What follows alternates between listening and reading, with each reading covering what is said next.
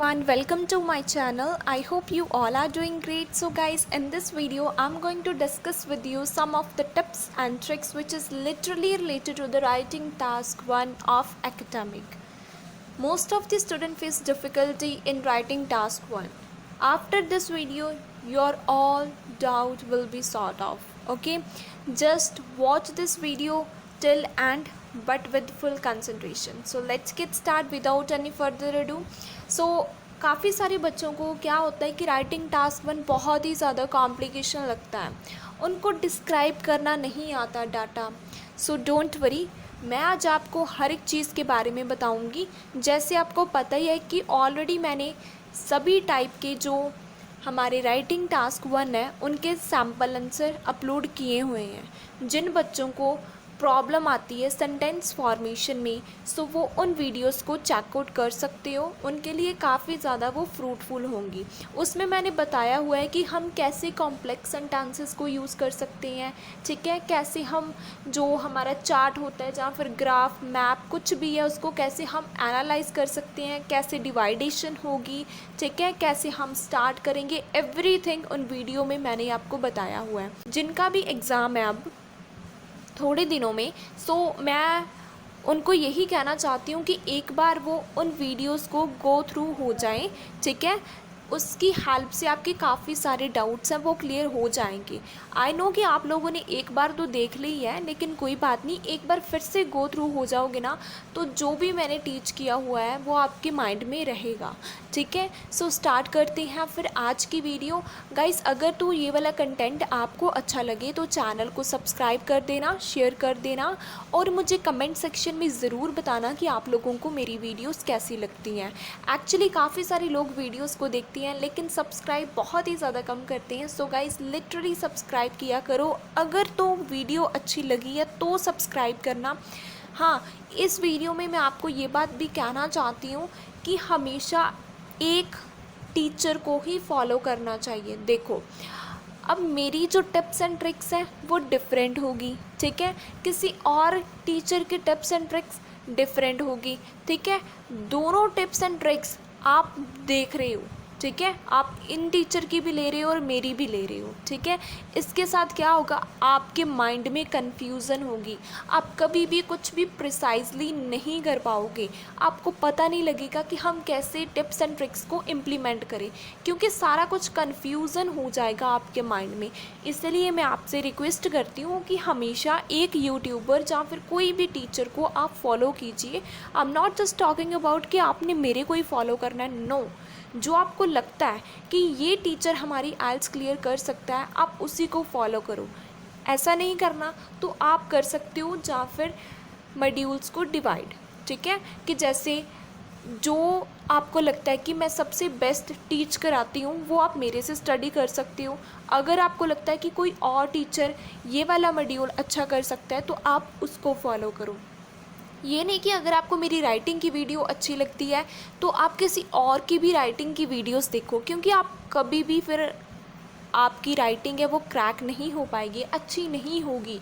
सो मैं आप लोगों के लिए ही बेनिफिट के लिए बोल रही हूँ कि हमेशा एक टीचर को ही फॉलो करना चाहिए. सो बाकी आपके ऊपर डिपेंड है कि आप करना चाहते हो या फिर नहीं. ये मेरा सजेशन था. सो अब हम स्टार्ट करते हैं. सबसे पहले मैं आपके साथ डिस्कस करना चाहती हूँ कि कितने टाइप की होती हैं जो हमारे एकेडमिक के टास्क होते हैं. एक होता है लाइन ग्राफ. ठीक है, जो हमें ऐसे लाइन वगैरह दी होती हैं, ठीक है, उसको हम लाइन ग्राफ बोलते हैं. और एक होता है हमारा बार ग्राफ, जिसको हम ऐसे हमें गिवन होता है. ठीक है, पाई चार्ट तो आप सभी को पता ही है जो ऐसे हमें गिवन होता है. टेबल भी आपको पता है कि जो टेबल की फॉर्म में हमें गिवन होता है और उसमें हमें डाटा डिफाइन किया होता है. फ्लो चार्ट बहुत ही ज़्यादा इजी है, उसमें जस्ट आपको प्रोसेस बताए होते हैं. ठीक है, आप लोगों ने इन प्रोसेस को डिफ़ाइन करना होता है. ठीक है, मैप भी आपको पता है. ठीक है, डायग्राम भी मैंने आपको बता दी है, सभी सैम्पल आंसर ऑलरेडी अपलोडेड हैं. ठीक है, सो ये सारे टाइप्स की होती हैं. इनकी वेटेज कितनी होती है, 3 बैंड की होती है. ठीक है, जो हमारा टास्क 1 होता है वो 3 बैंड का होता है. ठीक है, सो इसका मतलब ये नहीं है कि ज़्यादा एम्फोसिस आप लोगों ने टास्क 2 पे करना है. ठीक है, अगर आपकी जो ग्रामेटिकल एरर्स हैं वो काफ़ी ज़्यादा होते हैं, तो आप मेयरली सिर्फ 4 या 4.5 ले पाओगे टास्क 2 में। सो बाकी एवरेज टास्क 1 से ही जाएगी। सो इसलिए मैं बोलती हूँ कि हमेशा दोनों को ही इम्पोर्टेंस दो। एक मैंने और बात देखी है कि बहुत सारे बच्चे क्या करते हैं कि अगर उनका फर्स्ट अटैम्प्ट में रीडिंग में जब किसी भी मॉड्यूल में 5.5 रह जाते हैं या फिर 5 रह जाते हैं, वो क्या करते हैं सिर्फ उसी मॉड्यूल को सेकंड टाइम ज़्यादा प्रिपेयर करते हैं, बाकियों को इतनी ज़्यादा इंपॉर्टेंस नहीं देते हैं। इसका रिज़ल्ट क्या आता है कि सेकंड टाइम 5.5 किसी और मॉड्यूल में आ जाते हैं। सो इसलिए मैं आपको कहना चाहती हूँ कि हमेशा चारों मॉड्यूल को इक्वल इम्पोर्टेंस दो, देना भी कॉन्स्टेंटली है। अब आप लोगों ने क्या करना होता है कि रेगुलरली स्टडी करनी है, स्किप नहीं करना, ठीक है। 4 आवर अप्रोक्सीमेटली आपको रेगुलर स्टडी करनी पड़ेगी, ठीक है। अब हम बात करते हैं स्ट्रक्चर की, ठीक है। सभी जो भी टास्क 1 होता है उसका जो स्ट्रक्चर है वो सेम है, ठीक है। कोई भी चेंज नहीं आता है टास्क 1 का जो स्ट्रक्चर है, ठीक है। सो सबसे पहले क्या आती है हमारी इंट्रोडक्शन, ठीक है। नेक्स्ट हमारा body paragraph 1, body paragraph 2 and last में हमारा आता है ओवरऑल। हमेशा ओवरऑल को लास्ट में लिखना है, कभी भी इंट्रोडक्शन के बाद नहीं लिखना है। ये बात आपने अच्छे से अपने दिमाग में बिठा लेनी है, ठीक है। कभी भी इंट्रोडक्शन के बाद नहीं आएगा। नेक्स्ट मैंने आपको बताए हैं ये कुछ अल्टरनेटिव वर्ड्स जो आप यूज़ कर सकते हो। सबसे पहले जब आपको शो गिवन होता है, क्वेश्चन में आपको गिवन होता है ना दिस डायग्राम शोज़, तो आप उसकी जगह क्या क्या लिख सकते हो, प्लीज़ इसको नोट डाउन ज़रूर करना। आप लोगों के लिए बहुत ही ज़्यादा बोन की तरह काम करेंगे ये वाले वर्ड्स, इसको नोट डाउन ज़रूर करो। एंड जब भी आप टास्क 1 लिखोगे इसको ज़रूर यूज़ करना, आप लोगों के लिए बहुत ही ज़्यादा बेनिफिशियल होगा ये, ठीक है। सो सबसे पहले आप शोज़ की जगह लिख सकते हो indicates, second illustrates, describes, gives, represents, demonstrates. ये सारे वर्ड्स आप किसकी जगह पर यूज़ कर सकते हो, शोज़ की जगह। आपके ऊपर डिपेंड है, कोई भी चूज़ करो, इट्स नॉट कंपल्शन कि जो वर्ड मैंने अपने सैम्पल में यूज़ किया है आपने भी वही यूज़ करना। आप इनमें से कोई भी पिक करके लिख सकते हो, आप लोगों के लिए हेल्पफुल होगा ये, ठीक है। सो ज़रूर नोट डाउन कर लेना। सेकंड है जब हमने डाटा को डिफ़ाइन करना होता है तो उसको हम कैसे लिख सकते हैं, ठीक है। द नंबर ऑफ, ठीक है। Next the proportion of, the information और द इंफॉर्मेशन अबाउट। हम लिखते हैं ना कि the information about the proportion of, ठीक है। सो उसी को मैंने बोला कि जब आपने इंट्रोडक्शन में डाटा को डिफ़ाइन करना होता है कि इस ग्राफ में या मैप में हमें ये चीज़ दी गई है, तो आप क्या बोलोगे, the number of, the proportion of, the information of, the information about. ये सारे वर्ड्स का यूज़ कीजिए, हेल्पफुल होगा आप लोगों के लिए। और रेपिटेशन जितनी कम हो सके उतनी कम करो, क्योंकि रेपिटेशन की वजह से हमेशा बैंड स्कोर है वो डिडक्ट होते हैं, इट्स रियलिटी, ओके। जितनी कम हो सके उतनी कम करना। नेक्स्ट परसेंटेज की जगह आप क्या लिख सकते हो, बहुत सारे बच्चे बार बार परसेंटेज लिखते हैं जो बिल्कुल ही रॉन्ग है, तो आप उसकी जगह लिख सकते हो percentum, proportion, data, rate, ratio, portion, ठीक है। किसकी जगह लिख सकते हो, परसेंटेज की जगह पर percentum, proportion, data, rate, ratio, portion, ये सारे वर्ड्स आप लिख सकते हो। ये मेरे खुद के नोट्स हैं, सो प्लीज़ इसको यूज़ ज़रूर कीजिएगा। अब तक वीडियो हेल्पफुल लगी हो सब्सक्राइब एंड शेयर ज़रूर करना। नेक्स्ट जब हमने BP1 को स्टार्ट करना होता है तो हम कैसे स्टार्ट कर सकते हैं। फर्स्ट हमारा जो कनेक्टर है वो है it can be scene clearly that, जो मैं रेगुलरली यूज़ करती हूँ। इसमें से कोई भी एक पिक कर लो, हमेशा वही यूज़ करना है, ठीक है। कोई भी पिक कर सकते हो, ठीक है। According to map, according to chart, ठीक है। जो भी आपको गिवन होगा वो आगे आपने लगा देना है, ठीक है। थर्ड है हमारा as shown in the diagram, bar graph, chart, कुछ भी जो आपको गिवन होगा वो आपने लगा देना as a shown in the जो भी आपको गिवन होगा। नेक्स्ट है इट इज़ क्लियर दैट, ठीक है, ये भी आप बोल सकते हो, it is evident that. Next है हमारा as can be seen from the bar graph, chart, कुछ भी आप यूज़ कर सकते हो। इनमें से कोई एक को पिक करना है, सभी को माइंड में रखने की ज़रूरत नहीं है, कोई एक पिक करो, ये आपको सभी रखने पड़ेंगे क्योंकि ये रेपिटेशन कम करनी है। अब बीपी तो हमने एक बार ही स्टार्ट करना होता है ना, सो इसीलिए ये स्टार्टिंग वाला है। जो BP1 हमने स्टार्ट करना होता है ये कनेक्टर उसी के लिए है, और BP1 में हम एक ही कनेक्टर यूज़ करते हैं। सो आप लोगों ने कोई भी एक पिक कर लो जो आपको अच्छा लगता है, ठीक है। नेक्स्ट जब हमने इंक्रीज़ की बात करनी होती है, हम बोलते हैं ना कि डाटा इंक्रीज़ हो गया, तो इंक्रीज़ की जगह आप क्या क्या लिख सकते हो उसको ज़रूर राइट डाउन कीजिएगा। आप लिख सकते हो यहाँ पर क्लिम, ठीक है, go up, upward, shoot up, incline, expand, rise, search. एक बार फिर से रिपीट करती हूँ, climb, go up, upward, shoot up, incline, expand, rise and search. ये सारे वर्ड आप किसकी जगह पर यूज़ कर सकते हो? इंक्रीज़। जब भी आप ये बोलते हो कि डाटा इंक्रीज़ हो गया तो आप क्लाइम वर्ड का यूज़ कर सकते हो कि डाटा क्लाइम हो चुका है, ठीक है। इन सारे वर्ड का यूज़ करो, बहुत ही ज़्यादा अमेजिंग आपको इसके रिज़ल्ट मिलेंगे। अब हमारा नेक्स्ट है फॉल, ठीक है। फॉल की जगह आप क्या लिख सकते हो? Decline, drop off, decrease, go down, plummet. Next है plunge, reduce, diminish, goes down, come down, ठीक है।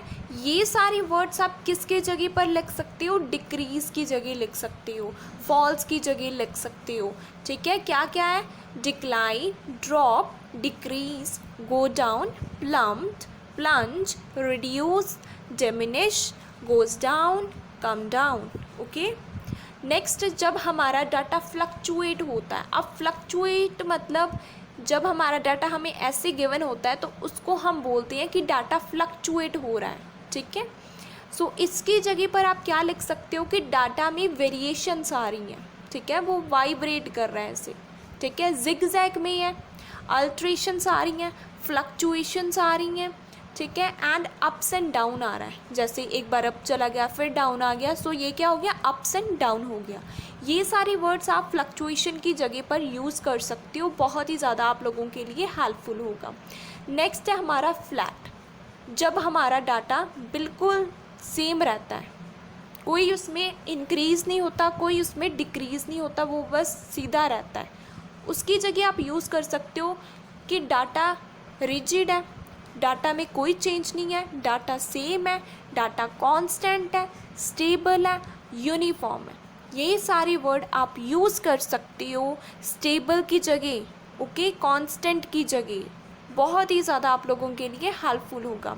नेक्स्ट है हमारा इक्विवेलेंट, इसके जगह आप यूज़ कर सकते हो equal, similar, identical, comparable. Equal, similar, identical, comparable, okay. Next है हमारे एडवर्ब्स, कुछ मैंने एडवर्ब्स आपको बताए हैं, आप राइट डाउन इसको कर सकते हो।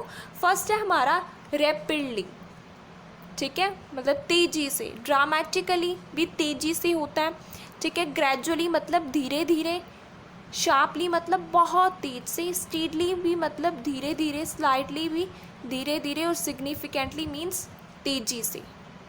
इन सभी को भी राइट डाउन करना है। जब आप बताते हो ना कि डाटा तेज़ी से बढ़ा है तो आप rapidly, sharply, dramatically, significantly use कर सकते हो।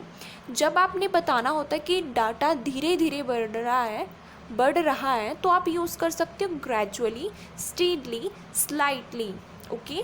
नेक्स्ट हमारे कनेक्टर्स हैं जो आप यूज़ कर सकते हो फर्दर मोर की प्लेस पर। अब कौन कौन से कनेक्टर्स हैं? फर्स्ट है हमारा moreover, second in addition, third likewise, together with, in like manner, similarly.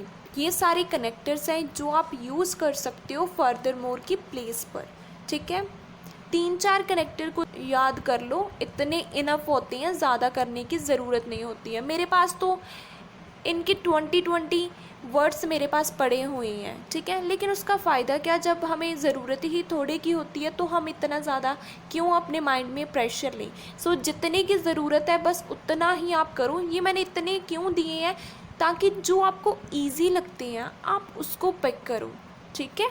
Next हम करते हैं बात ऑलमोस्ट की, ठीक है। ऑलमोस्ट की जगह आप क्या क्या यूज़ कर सकते हो, नियरली, नियर बाय, अबाउट, रफली, just over, approximately, around, just under. Almost जब हम बोलते हैं ना कि ऑलमोस्ट 15% पर डाटा पहुंच चुका है, तो आप बोल सकते हो कि नियरली 15% है, नियर बाय अबाउट रफली 15% है, जस्ट ओवर, ठीक है, approximately, around, just under. Okay, next हमारा आ गया टाइम पीरियड। देखो टाइम पीरियड जब भी आपको क्वेश्चन में गिवन होगा बिटवीन, ठीक है, तो आपने उसको चेंज कर देना है फ्रॉम में, ठीक है, बिटवीन को फ्रॉम में कर देना है। और हमेशा फ्रॉम के साथ क्या आएगा, टू आता है, हमेशा फ्रॉम के साथ टू आएगा, बिटवीन के साथ क्या आता है, एंड आता है, ठीक है। ये बात आपने ध्यान में रखनी है। अगर तो आपको क्वेश्चन में बिटवीन गिवन होगा तो आप फ्रॉम लिख दोगे, अगर क्वेश्चन में आपको फ्रॉम गिवन है तो आप उसको बिटवीन में कवर कर दोगे। मेक श्योर रखना है आपने कि बिटवीन के साथ एंड आता है एंड फ्रॉम के साथ टू आएगा। ये बात बहुत ज़्यादा इम्पॉर्टेंट है, टू एंड वाली। एंड किसके साथ आएगा, बिटवीन, एंड टू हमेशा फ्रॉम के साथ आएगा। नेक्स्ट हम जब बात करते हैं ऑल्सो की, तो आप यूज़ कर सकते हो too, besides, as well, along with. ये सारे वर्ड्स आप ऑल्सो की जगह पर यूज़ कर सकते हो। ओके, नेक्स्ट है हमारा फास्टली। जब भी हमने बताना होता है कि डाटा फास्टली इंक्रीज़ हुआ है तो आप बोल सकते हो कि रैपिडली इंक्रीज़ हुआ है, क्विकली इंक्रीज़ हुआ है, ठीक है। आप इन वर्ड्स का यूज़ कर सकते हो अपने टेस्ट एंड प्रेफरेंस के अकॉर्डिंग। स्विफ्टली भी आप यूज़ कर सकते हो। नेक्स्ट है हमारा स्लोली। स्लोली को आप बोल सकते हो स्टीडली एंड ग्रेजुअली, मतलब धीरे धीरे बढ़ रहा है। अब देखो यहाँ पे मैंने एक डायग्राम बनाई हुई है, इसको ध्यान से देखना, मैं फुल आपको अंडरस्टैंडिंग करवाना चाहती हूँ। सबसे पहले जब ऐसी लाइन आपको गिवन होगी स्ट्रेट, बिल्कुल स्ट्रेट, इसको क्या बोलते हैं, कांस्टेंट, ठीक है, इसको हम बोलते हैं कांस्टेंट रिजिड। मैंने आपको पीछे इसके सारे अल्टरनेटिव वर्ड्स लिखाए हुए हैं ना, जहाँ पे मैंने फ्लैट बोला था, ठीक है, ये होती है हमारी कांस्टेंट। अब ये हमारा डाटा क्या हो रहा है, इंक्रीज़ हो रहा है, ठीक है, तो इसीलिए क्या लिख दिया मैंने, इंक्रीज़। फिर ये हमारा डाटा इंक्रीज़ हो रहा है लेकिन धीरे धीरे इंक्रीज़ हो रहा है, ठीक है, ये ऐसे इंक्रीज़ नहीं हो रहा है, ये ऐसे ऐसे इंक्रीज़ हो रहा है। इट मीन्स कि ये ग्रेजुअली इंक्रीज़ हो रहा है, ठीक है, ग्रेजुअली इंक्रीज़ हो रहा है। और जो हमें ये गिवन है, ये क्या हो रहा है, ग्रेजुअली डिक्रीज़ हो रहा है, मतलब धीरे धीरे धीरे धीरे डिक्रीज़ हो रहा है। अगर ऐसे आता तो रैपिडली डिक्रीज़ होता, लेकिन ये ऐसे है तो इट मीन्स कि ये ग्रेजुअली धीरे धीरे डिक्रीज़ हो रहा है, ठीक है। जो हमें ये गिवन होते हैं इसको हम बोलते हैं फ्लक्चुएशंस, फ्लक्चुएशंस। ओके, जब ये डाटा इंक्रीज़ हो रहा है, ये क्या हो रहा है, रैपिडली इंक्रीज़ हो रहा है। अगर ऐसे होता तो ग्रेजुअली होता, अब ऐसे है तो इट मीन्स ये रैपिडली है। और ये जो हमारा डाटा है ये रैपिडली क्या हो रहा है, डिक्रीज़ हो रहा है। अगर ऐसे डिक्रीज़ होता तो ग्रेजुअली होता, अब हमें ऐसे गिवन है सो ये रैपिडली है। ओके, आई होप अच्छे से क्लियर होगा आपको, सारे मैंने पॉइंट्स इसमें डिस्क्राइब कर दिए हैं। नेक्स्ट हम बात करते हैं हमारे कनेक्टर्स के बारे में। सो फर्स्टली कौन सा कनेक्टर आता है, firstly, nextly, then, last but not the least, secondly, after that, subsequently, eventually. ये सारे कनेक्टर्स को आप यूज़ कर सकते हो। जैसे आपको पता ही है कि राइटिंग टास्क 1 में जो कनेक्टर्स होते हैं बहुत ही ज़्यादा एक प्रोमिनेंट रोल प्ले करते हैं। सो जब आपने फर्स्ट डाटा को डिस्क्राइब करना तो आप फर्स्टली यूज़ कर सकते हो, फिर सेकेंडली कर सकते हो, देन नेक्स्टली कर सकते हो, फिर आफ्टर दैट, फिर देन का यूज़ कर सकते हो, then subsequently, last but not the least का यूज़ कर सकते हो, एंड लास्टली की जगह आपने क्या यूज़ करना है, इवेंचुअली। ओके, आई होप आपको अच्छे से क्लियर होगा। ये सारे वर्ड्स हैं, ये बहुत ही ज़्यादा प्रोमिनेंट है आप लोगों के लिए अगर आप लोग अपने बैंड स्कोर को अप करना चाहते हो।